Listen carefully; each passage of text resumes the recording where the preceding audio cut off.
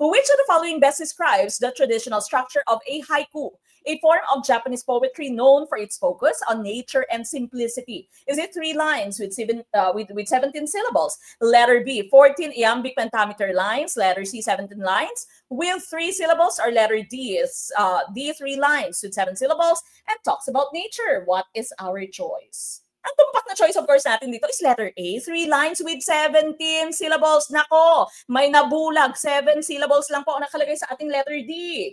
Hindi po yan mas complete, no? Mas wrong po siya. Okay? So, 3 lines with 17 syllables dapat. Alright? Ayan, nabulag na, no? Be careful.